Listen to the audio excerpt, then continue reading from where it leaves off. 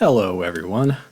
I hope you're all doing well. Today I'm here with another nonfiction review, but more of an investigative journalism book than some of the history and politics ones I've been doing lately. And it covers a heavy topic, just so you're forewarned.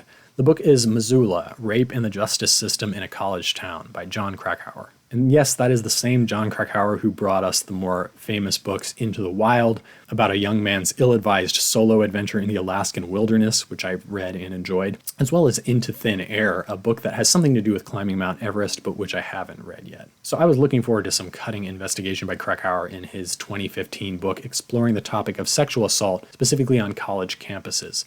An important topic that's been in the news a lot recently for good reason. Like I said already, this book is a very serious topic and it's explicit enough that it could be quite disturbing at times, so I want to pre-warn you if you're especially sensitive to this topic and thinking about reading it. This book looks into the accounts of several young women at the University of Montana's flagship Missoula campus who have recently reported being sexually assaulted on campus or in its near vicinity by students.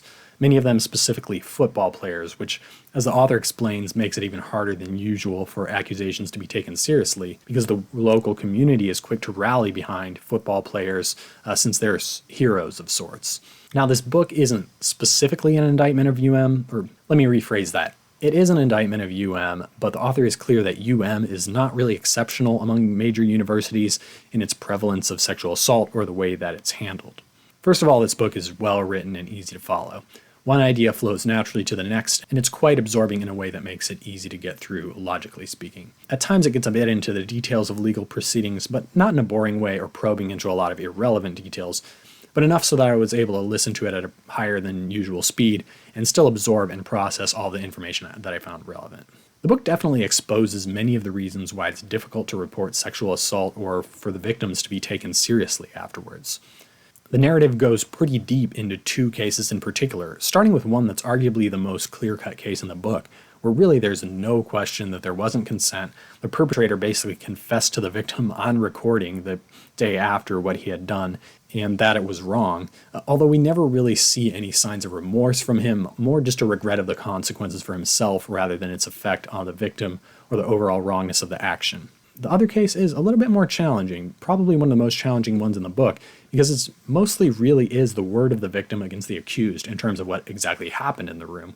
And it's certainly easy to see how the alleged perpetrator might have actually been confused about whether consent was given. Not that that makes it right by any means. But all the victims in this book are very credible, and Krakauer also in this book really hits on the point that, frankly, even if they don't seem the most credible at first, their cases should be taken as credible and investigated seriously, which is often not the case. This, he shows, is much in part due to biases and prejudices in the way that these crimes are investigated, not to mention the difficulty of actually obtaining a conviction when prosecuting these crimes. And I think that last part is really key. It's a part where Krakauer scratches the surface, but frankly, he doesn't go deeply enough, in my opinion. Sexual assault is a challenging crime to prosecute because it's very, very often the word of the victim against the word of the alleged perpetrator.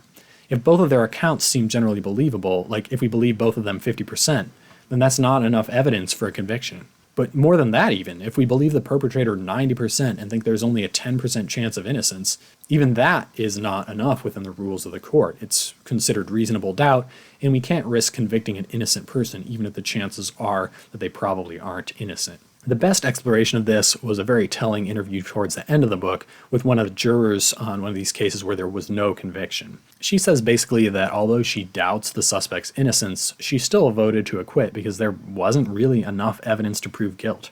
And the author is quite sympathetic to this interpretation, as was I. I suspect if I was on the jury, this is probably how I would have had to vote myself too, in good conscience. But that is the real dilemma of these cases, and it's one where I think the author should have delved deeper than he did. If we're too quick to convict, then we'll inevitably end up convicting some innocent people, and that has happened before. But if we're too quick to acquit, then we have a bunch of these acquaintance rapists running free, and a lot of them, as we see in the book, become repeat offenders. And also, what kind of message does that send to young men about consent and accountability for our actions? This isn't an easy balance to strike, and I wish Krakauer had pushed on this a bit harder, and maybe explored some of the options out there to get tougher on sexual assault while also maintaining fairness if any have been proposed. It's tough though, for sure. As an aside, Krakauer also goes into the topic of how even people who are pretty much 100% guilty often get off the hook pretty lightly, at least in his eyes, and I tend to agree, but I'm not going to go too deeply into that here. Importantly, as I mentioned earlier on, this book is written in Krakauer's signature journalistic style and reads as a journalistic account more than a deeply personal account. I mean, we get interviews with the victims, but we don't go nearly as deep into seeing how the victims are affected emotionally as we do in a fully personal account like Chanel Miller's Know My Name, which I read last year and would highly recommend. Furthermore, for a journalistic and mostly objective account, I felt sometimes the language Krakauer used revealed his own assessments of guilt and typecast the characters as either the sympathetic protagonists or the nasty villains. And I mean, I get this. We all want to side with the victims, and I do believe the victims, but I would have preferred to just judge the characters based on what they say and do, instead of hearing the author's interpretation of characters. Like, for example, when he describes the legal defense team with words like aggressive and sneering, whereas the prosecutors, who come across pretty much as reasonable and polite and civilized for the most part. Like, I get it, the defense team may have been very unsympathetic, but sometimes it creates this subtle impression of being fed a certain narrative, a certain interpretation, where I think the reality is that the facts would have spoken fine for themselves. That's why if you're interested in this topic, I'd recommend Chanel Miller's Know My Name first. In her book, there's no pretense of impartiality because she is the victim. She simply tells us what she experienced, what she felt, and how the case went as she perceived it.